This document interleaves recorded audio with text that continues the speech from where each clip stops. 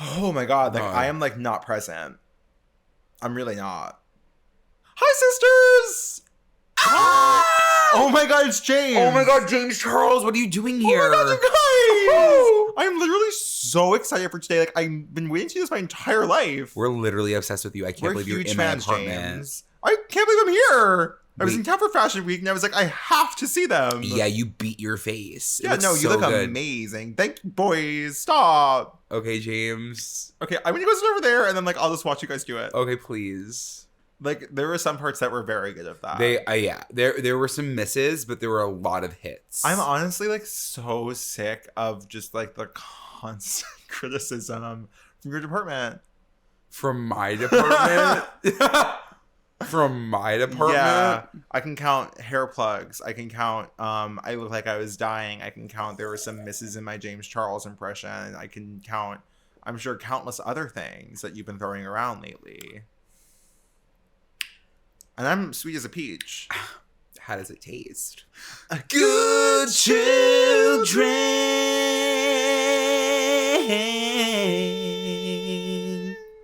Hey guys, and welcome back to Good Children, the podcast where me and Andrew reflect on our 21 years of friendship, growing up in the late 2000s, early 2010s, and all of the nostalgia, trauma, and need to succeed that comes along with it. So I feel like we should just address, like, we're coming in totally blind. Oh, yeah. Which is, like, usually the vibe, but usually we have, like, a general theme or subject. And, like, some, like, bullet points. And we do, like, kind of, like, we know that it's about being a good little boy. It's about being such a good boy. We saw a TikTok. Someone actually tagged us in a TikTok earlier today of, like, someone talking about, like, the best little boy syndrome. And it's, like, basically I'm actually just going to include the TikTok in this moment. The best little boy in the world hypothesis. This is like a 50-year-old idea that's been recycled over time. And it's basically says that gay men, in particular, trying to kind of conceal their sexuality, will just deflect attention from themselves by investing in recognized markers of success. Good grades, athletic achievement, elite employment, and so on. There's some super interesting psychology around this idea that if you, as a young gay kid, maybe didn't feel safe, or even if you did, that you realize that there's something, like this original poster said, something weird and different about you. And so the way to fix that is to be so spectacularly smart, talented, astonishing, whatever, that no one will see you. And some of you might feel this way now. Shout out overachieving gays. When you said that to me, my day ruined. Yeah, I was like, oh no, this is took a turn for the worse, but then it made me realize a lot of things.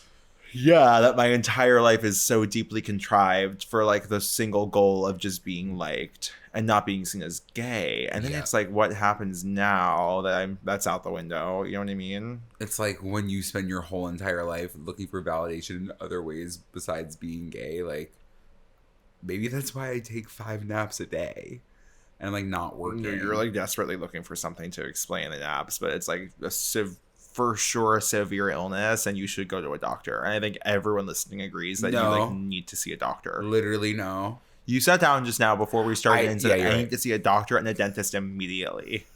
You said half of my mouth is going to need a root canal. And this has now been going on for at minimum 3 weeks. Yeah, you're at right. minimum. And it's not like I have insurance. It's kind of like I'm paying out of pocket. You have insurance. Yeah, but, like, I'm paying top dollar for that insurance, so I might as well use it. Yeah. I think there has not been a situation in my life where I have not tried to be the best person in the room. Okay. Would you agree? Oh, yeah. And I think the only times I've ever felt competition in that sense was truly you. You know, it was like, oh, he's doing this better than me. Interesting. Would you? I don't know if I've ever really felt it with you, but I kind of take a back seat. If I know that I'm not going to be good at something, I'm like, let you do it. I'm like, fucking have it. Because, like, I know I'm going to be able to just step right in somewhere else. Or you could just cheat. Or like the Pine Car Derby. Cheat. Why are you going to bring up the Pine Car Derby? I think it's a perfect first step into this episode. I guess you're kind of right. What year is it? It's got to be 2003? 2? Yeah, 2002, we're definitely 2003. really young. Very young. Your face It's pink. What's new? It's pink. It's round. It has a plush cheek. And you know what? What more could you ask for? Nothing. We were little Cub Scouts. Yeah. And it was the Pine Car Derby, and our task was to make a stunning car to race in that derby. And what did I do? What did you do? I made a stunning car. Oh, so like the people who disqualified you from the competition and like removed your car from the race and they took away your trophy, they were wrong? Isn't it kind of nuts that was happening to a 7-year-old? And I agree, like, was I in the wrong? Absolutely, for sure, 100,000%. Right.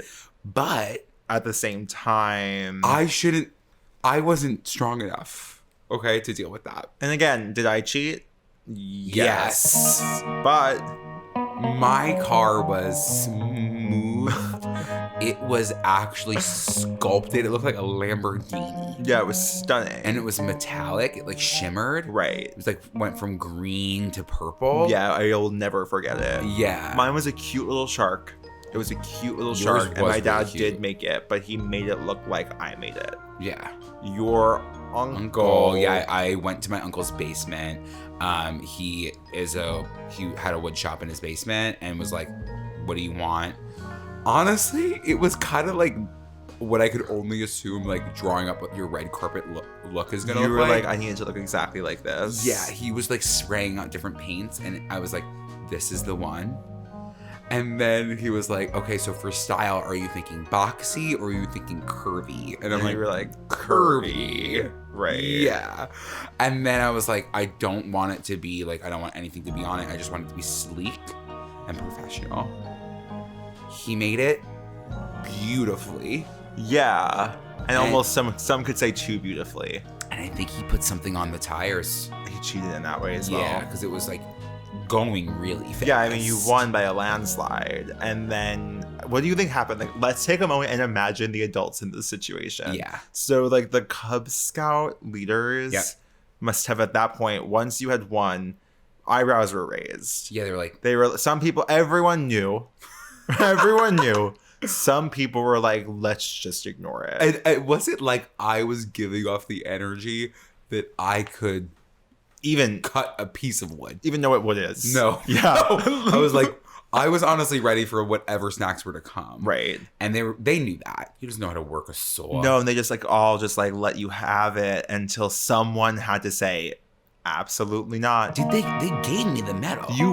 There's a picture of you holding the medal, grinning ear to ear. And then it was stripped away from you because you had cheated and you were disqualified because you got adult assistance.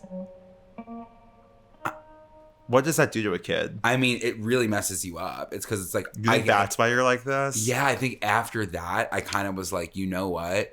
I need to prove to everybody That I in can that be better at space cheating. that I deserve that medal. I deserved that medal. So that's why you got really into race cars. Exactly. That's why I love F1. I do feel like the best boys in the world were Boy Scouts. Yes. And that's something that your dad promised both me and you. If we made it to Eagle Scouts, what were we gonna get? Corvettes. Corvettes. I didn't even know what a fucking Corvette was. Me But I either. was like, I will do this because Andrew's dad is gonna get me a Corvette. And the word Corvette in itself was Yeah, hard. I was like, yeah, I'm gonna be wait. driving a I'm Corvette. driving me and Andrew If I'm driving an Corvettes. Eagle Scout, I wonder if he would have stuck by that promise. I think that he genuinely he would have. Yeah, I do think. Yeah. Boy Scouts was rewarding us for behaving like boys. You know what I mean? It was like, oh, you're going to go into the woods. You're going to pick root beer roots. I remember carving soap with a pocket knife, getting my first pocket knife. Quit after that. I only was in Cub Scouts for the pocket knife. And what does that say about me? You were trying to stab? You're trying to shank? I guess I was trying to stab. I I do think that was probably, I think we quit at the same we time. both did. Remember the belts not fitting? Yes. They were like, it was like almost like seatbelt vibes. Yes. It was like an airplane, right? Yeah. And it didn't fit. No. It never fit. I had to like go and buy a bigger size We one. needed the extension. I remember the store. And that was seeing the kinda other fun. older Boy Scouts there, you're like, you're You cool. like, okay, yeah. No, I wasn't like hitting on an older Boy Scout. What? I do feel like, again, though, like that this is going to be the perfect. Who knew that this episode might have the most structure we've ever had? Yeah. So, Boy Scouts perfectly reflects this phenomenon, which is if you do this thing to the highest quality, you will get a badge and you will be rewarded, and you will ultimately be able to go from a cub to a boy to an eagle. All of those are gay terms. Come on. Like, Actually, ending on come eagle on. is crazy. I felt nominally in some way like that theory about the best boy in Boy Scouts, because I was like, I'm gonna like have to do these things because this is what a boy does. And the whole fucking time I wanted to be a brownie. You wanted to be a brownie. You wanted to be a little, what do they call it? Tulip? Daisies? A daisy. A daisy. A daisy to a brownie. Into a Girl Scout. Into a Girl Scout. What else could you want? And they stop at Girl Scouts. Yeah. It's not like they're an eagle, whatever. That is really crazy that when you do drop out of Boy Scouts, it's like, what's the point of even being a boy? You know what I mean? You're kind of like, it's like survival of the fittest. Yeah, well, that's like, it's you dropped. I just like couldn't do it any longer. And you know what? Like, we were required to do so many different things. I remember doing somersaults. That was something. Oh, I'm sorry. A somersault? Yeah. No. Somersault is a beautiful name for a girl. Yeah. Somersault. Somersault Hegyes. Drag name. Somersault. Somersault. Those were scary. Any bodily movement that involved my head and neck touching the ground freaked me out. Yeah.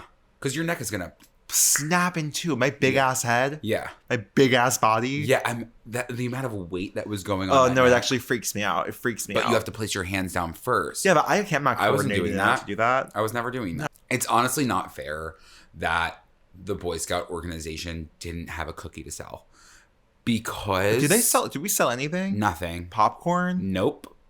Candy? No. The chocolates for sale from religion education. That is was funneling all of the money into that system. All of that for the crispy chocolates. Yeah, for the crispy.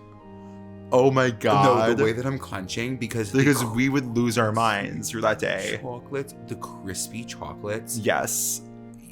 Honestly, Crunch Bars They literally wish. They could be that rice milk chocolate bar that was that thin. What are you wanting? Hey. The boys who would just like moan. Those moaning boys. No, not you.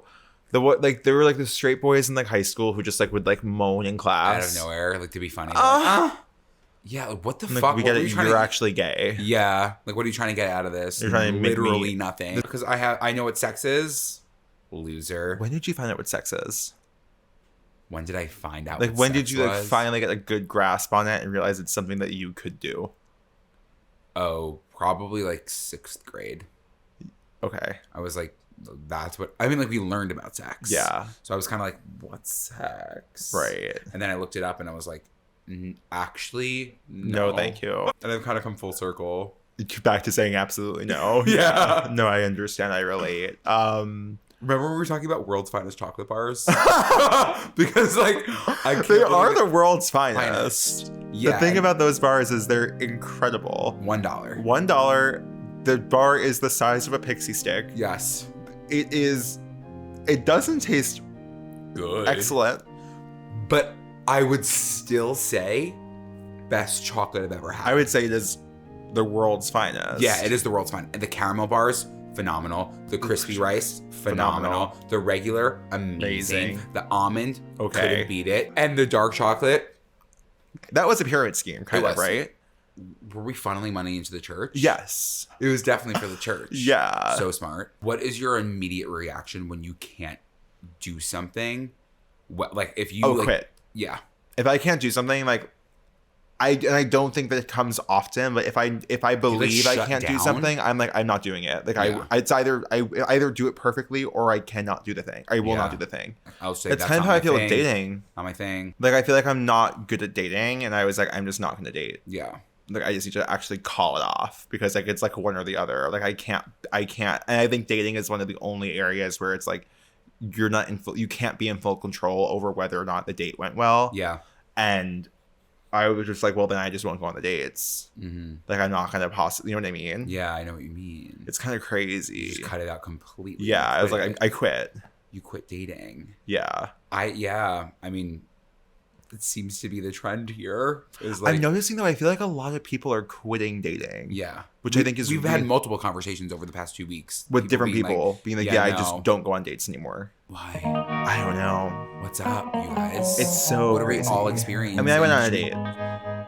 I mean, like, I'm not going to talk about it, and I'm not going to get into it, but I do think it's a major accomplishment that I finally brought myself out of this apartment and said I'm actually going to go on a date. That was shocking news. And I woke up that morning and I said, Joe's not going on a date. yeah. So did Joe's I. not going on the date. I was going to make you go on that date regardless. Like, we were going to force you out this door because that is always the mindset going before any single date. And it's like, you just got to go. I know. You just got to go, because what's the worst thing that happens? It's a conversation. Yeah. Done. This reminds me, honestly, like, I'm completely bringing us back to high school. Please. Yeah, I'm pivoting the whole conversation. Absolutely. But a situation where I shockingly did do the thing where I don't think I should have was when I was nominated for Homecoming King. Everyone was. If you like got your name written down, you were nominated. I definitely wrote my own name down. You know what I mean? Or yeah, no, someone royal. else, like maybe Sarah did. Yeah. Someone else wrote my name down too. And there was like a list of like 60 names. And then you went to like the NHS board or some board, and they like interviewed you in front of like 35 people. And like asked you questions and like that, so they decided if you were or were not going to be like in the homecoming court. And You had to go up in front of a board? yeah, and I'm senior in high school. No, I wish I was a fly on that fucking You know who wall. was Frank? Frank was on the board. I need to talk to Frank. No, like me and Frank have never spoken about this, and I think it's because genuinely it was one of the most embarrassing experiences of my life. No. And the questions were like, if you could have one superpower, what would it be? And For Homecoming King? you know me, in that situation, I'm like, well, I have to answer this in a way that is not true, but what they want to hear, and like what sounds respectable, Yeah. and like what's not weird. And No, that like you having to fit that little mold for them, or what you I know thought that I thought the mold was. And if I actually opened my mouth and talked like this, they would have been like, yeah, we're obsessed with you. When you can break, I think that's what we're learning here too through the breaking pod, the is like mold. breaking the mold. And I think that like that's what a lot of listeners are saying too. Only shooting stars break the mold. Should we talk about the performance? Andrew, our choreographed performance to All Star by Smash Mouth that we did for what? Second grade music class, or just for fun? I think it was Just for fun. just for fun, but in front of the class. Yeah, did we just like come in one day and say we're gonna do this? There had to be a reason that we were doing it. Yeah. There was definitely an assignment. Was it that second we took grade? to It the was next level. Parsons? It was Parsons. Yeah, we Yeah. rehearsed in my backyard. I will never forget choreographing that performance. I remember doing, hey, now you're a rock star. Like, get the show on. Get paid. I don't think we were doing this. But hey, now you're an all-star. Get the game on. Only shooting stars. That was the one. Only shooting stars break the mold. The media men beg to differ, but judging by the hole in the satellite picture, the ice we skate is getting pretty thin. The water is getting warm, so you might as well swim. The My world's on fire. How about yours? That's the That's way I like it, and I never get bored. Yeah, it was all right. I heard a little birdie who looked exactly like Ben Platt told me that you used to pray the away. Joe, why would you bring up me? No, okay, we like did this last episode where we mouthed a lot, and then listeners the podcast, were like, I actually couldn't I was like, what are we talking about? Okay, you were praying the away. Yeah, I was praying the hey away. I think that was something like growing up with religion as your background that I was like, this can't be the way to go. And I was praying the gay away. I was like, no, it gets nuts. What I would say in my prayers. What did you say? I would say, oh no. I would say, please let me end up with a beautiful wife and kids. I would say, please. That was it. And I would be like, I would always like either pray like I don't want these thoughts anymore, and then I would always make my New Year's resolution like do not watch anything gay, and then I would like pray everything. I would pray for a wife and kids every single night. Until how old? Until about like. So scary, this answer. Until about like 18. No fucking way. Yeah. Oh my God. Yeah, it's kind of nuts. Wow. Yeah. And I don't know what I thought was going to happen. Like, I was genuinely going to pray it away. And now looking back on him, like, I look back at him, like, that's really, really, really, really sad. Yeah. And I know I'm not the only person who's ever done that, obviously. It kind of feels really good talking about it. But yeah, it was just a moment in time that I was like, yeah, this is going to change me. Like, I would like be in church or would do anything. And that would be my first thought. It would be like, yeah, this can't happen. It's so weird to me because like, I know now that you were more like, it wasn't that you were more confident in being gay, but you were more confident that you were gay than I was. Yes. But I was less concerned with like the religious trauma of it, despite going to Catholic school at that time. Yeah. Like, I remember being in theology class in 9th grade and calling it quits. Yeah. I was like, no, I'm done with this. Like, I listened to one song from one fun song, and said, I'm done. You're like, I'm gay. It's like, no, not that I'm gay. I was like, I'm like no longer subscribing to like Christianity vibes. Oh. And then I went through like an annoying atheist era, but. Yeah, no, I never found my atheist era. I remember alternating between straight and gay porn.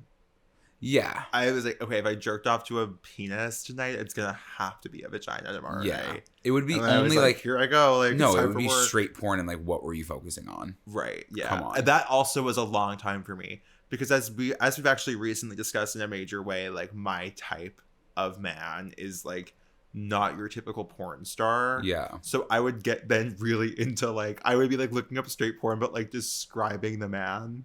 I love it. You know what I mean? Like, yeah. I would be like typing in extreme details about the man for the porn and then being like, okay, I'm watching straight porn though. I was like pulling up the ideal person for me. It's a full sentence that you're typing into the search like, bar. Hairy man with belly. Fucks girl. I'm like, who knows? Who's to say? What's gonna show up? We don't know. Yeah. I'm sure when I was younger, I would like do things like that, but not. I mean, 18's old. That's like you were tortured. I was tortured. It was definitely a torturing moment because it was like the one aspect that like would make you go crazy. It's like you know this thing about yourself, like you think something's gonna change, and then every day you wake up and nothing has changed, and you're like, I only have those thoughts, and you're like, oh my God, it's a new year, I'm not gonna do this, and it would last 7 days, and then you're like, what am I doing here?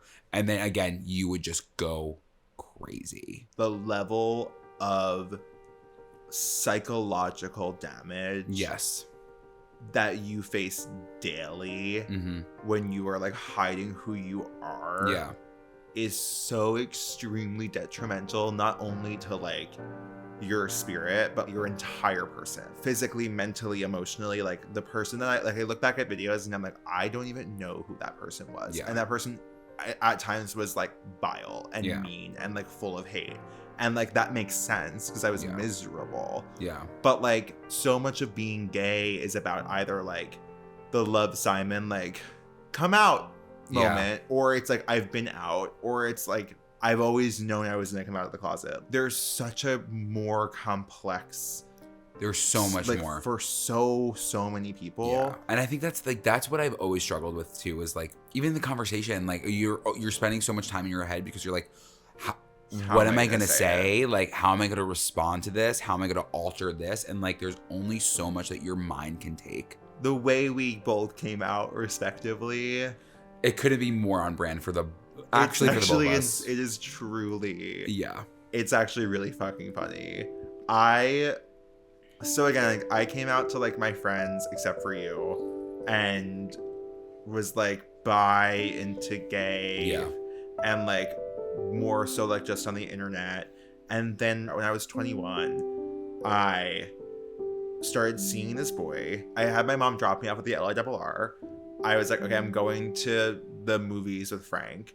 I get on the train. I send a group text to my entire family. This is crazy. And I was like, okay, like the most logical way to do this is like lead with the headline. Yeah. So it was, I'm gay. Period. And then it must have been like, this doesn't change anything about who I am or like how I feel, like whatever. Like this is just who I've always been. And like, Yeah. I just want you guys to like know I'm turning my phone off and I won't be coming back on until the end of the day. And turn my phone off. And me, I am someone who always had my phone on, and I went into the city, which was also scary for my mom and dad, and turned my phone off and went missing for 8 hours. No, that was actually crazy. And then I turned the phone back on. I was like, okay, I'm going to be on the 607. I'll be back. And then like my dad picked me up and he was like, the next time you have life-changing news for the family, please don't do it in a group chat. Yeah. And for me, I actually cooked a gourmet meal. It was like fried chicken, like mashed potatoes, like everything homemade. It was just me and my parents. Well, and can you walk through the whole meal? Yeah, it was like a buttermilk fried chicken with homemade biscuits with like The biscuits were so good, like a Texas Roadhouse style honey butter. There was like potatoes and like probably like I think it was like asparagus. And I made it, and I was like honestly sick to my stomach the entire time, waiting to say something until the end of the conversation, because I told you that I was gonna do it, and then I also told my friend Elon that I was gonna do it as well, and he was like really far ahead, and he was like, you got this, like what's gonna happen, like it literally is fine, just do it, like you're gonna feel so much better afterwards. And then I told them, and then I was like, oh my god, yeah, I was just like, I'm gay. And similar to what you said, like nothing has changed. I'm literally the same exact person, but this is what I've always been feeling. And yeah, after I got it off my chest, it was definitely like a release of sorts. It's a crazy feeling. It's a crazy feeling because you like can't take it back. Also, it's like the moment where you're like, if I say this, I can never like hide this again. Yeah. When you have this mold, and I think for me, like, I've always had this mold in my head about what I was supposed to be, or who I was, like, who I was going to be, whether it was, like, with my grades or with sports or any extracurricular I did. I was like, it was all part of a plan, and this was the one thing that wasn't a part of the plan. So when I was going off of that track, it kind of made me spiral, and I was like, how do I veer back onto the track? I can't say those words because this was not a part of the mold that I was expecting. And like when you can literally, that's why like it's breaking free, you're coming out, because like you're shattering the mold that you have always seen for yourself for so long. Literally only shooting stars break the mold. Yeah. And you can say what you want to say. And you can let those words fall out. Because honestly, I want to see you be brave. I mean, it's in a crazy pivot. Yeah. I was just like curious. How are your balls this week? Very fresh. I'm not wearing underwear currently. I'm sorry, I just had to say it, but I honestly feel fine doing that because I have the freshest balls in the game. Yeah. What about you?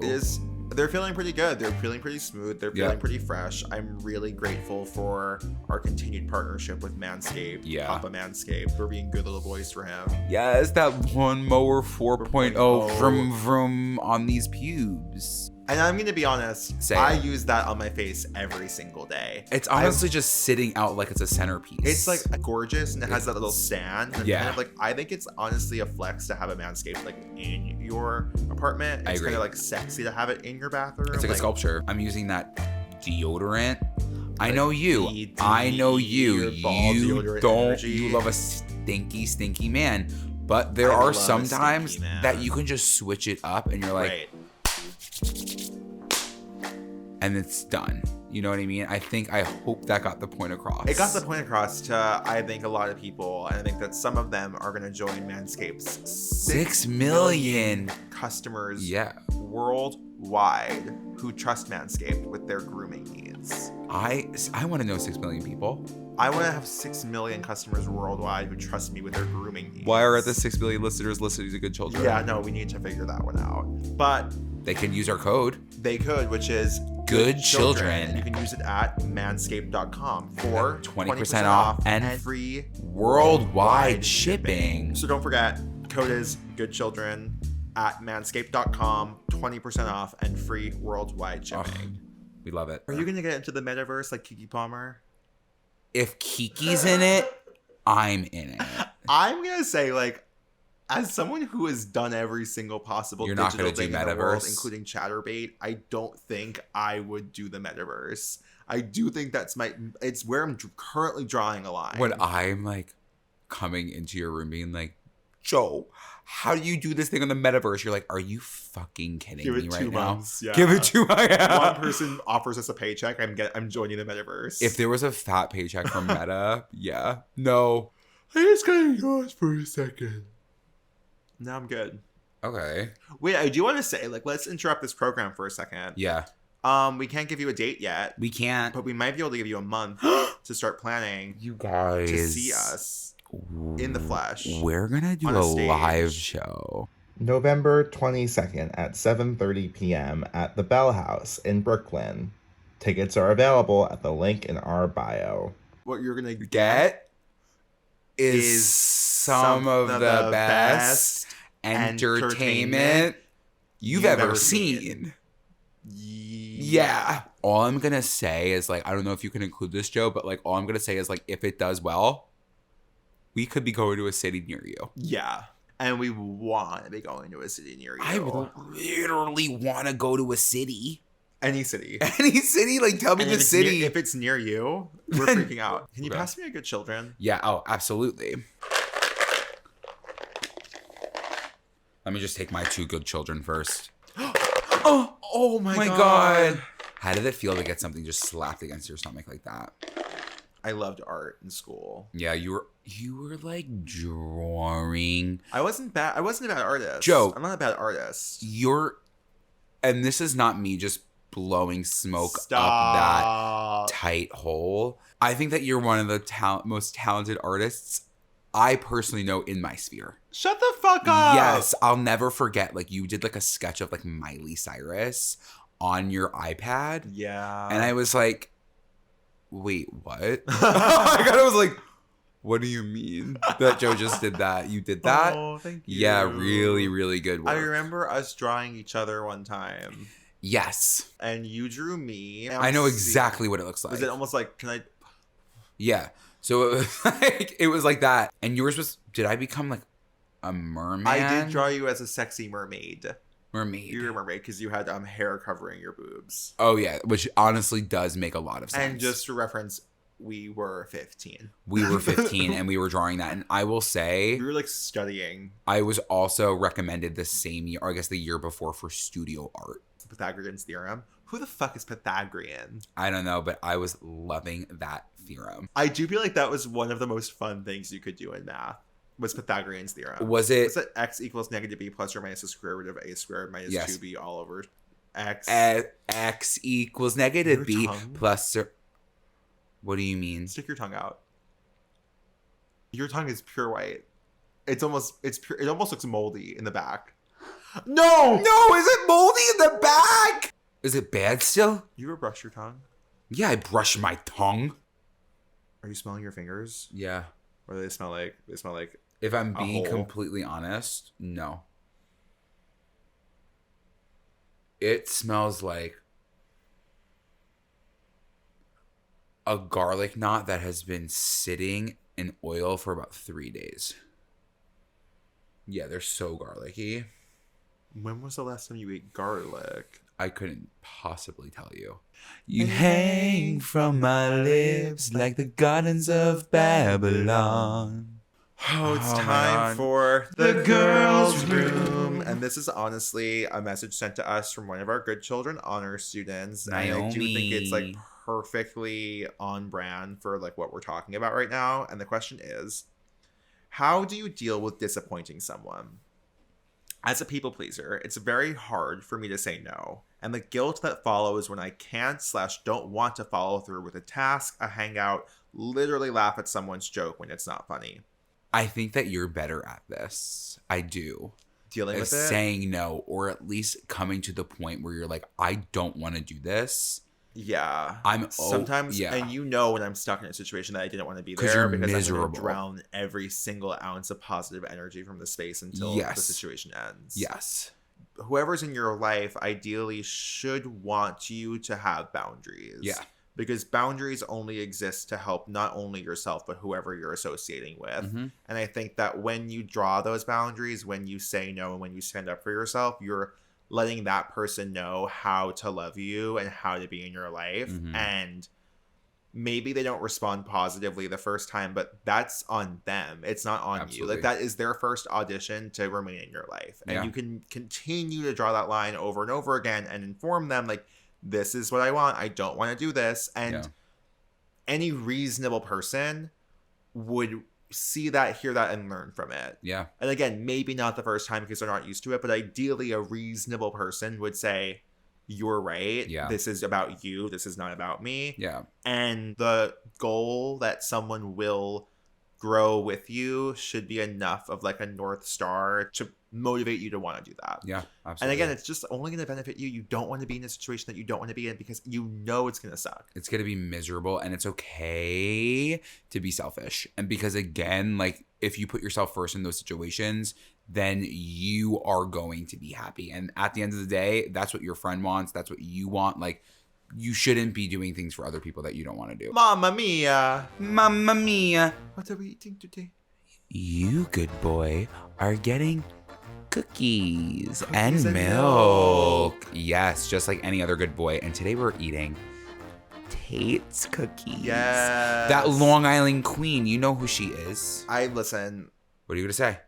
I don't think Tate's really that good. I know that that's like sacrilege No. as a Long Islander, but like it's a crunchy cook, and that's not my favorite thing in the world. And I think that is completely fine. I think you. that when we can like recognize that like people have certain tastes. Yes. If you want a chewy cookie, eat that damn chewy cookie. If you like a crunchy cookie, this is probably the best crunchy cookie that you'll have. Right. And it is all about that. Like, I think that we've gotten to a point culturally where we're like failing to recognize that people can like two different things. Yes. And like one person can like a Tate's cookie and one person can like a Chips Ahoy Chewy. And both of those people are okay. They're really fine. And I will say an advantage to a Tate's cookie is probably one of the best cookies for a crumble of sorts. Yeah. You crunch those up. You sprinkle on ice cream, on desserts. I can only imagine you dip them in like a tiramisu. Like, yeah.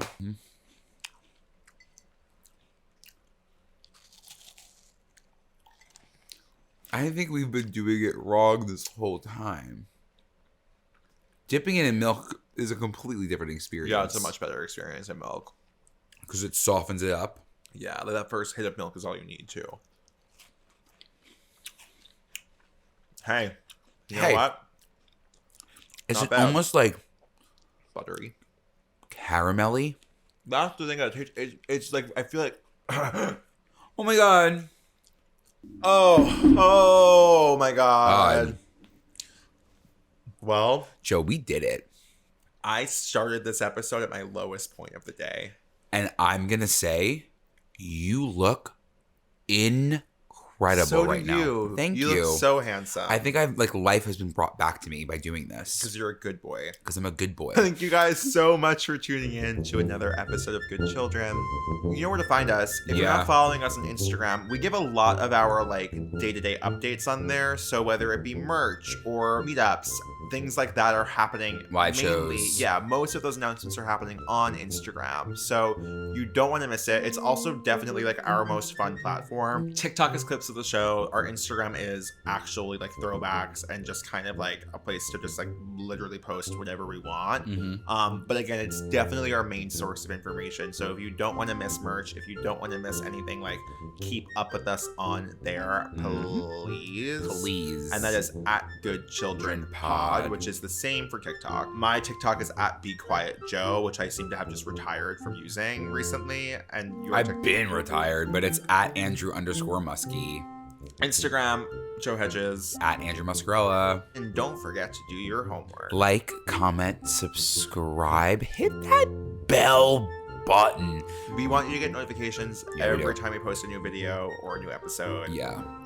Mainly because I will say to our YouTube listeners, 11 a.m. is our current drop, EST. I'm behind that computer refreshing the comments, like waiting for them to come in at 11 a.m. So like I know my listeners who come in every week at the same time and like comment, like I want more of you. I want like a crazy amount of comments every single week. And don't forget to rate and review. And I'm going to say something about the Apple Podcast reviews. They're getting If you crazy. ever have like a few minutes just to scroll, please read the reviews and review yourself. But the last one, one that we got recently was made nuts. me cry. Yes. Okay. Bye. Bye. Hey now, you're an all-star. Get your game on, go play. Hey now, you're a rock star. Get the show on, get paid. All that glitters is gold. Is that the word? Only shooting stars break the mold.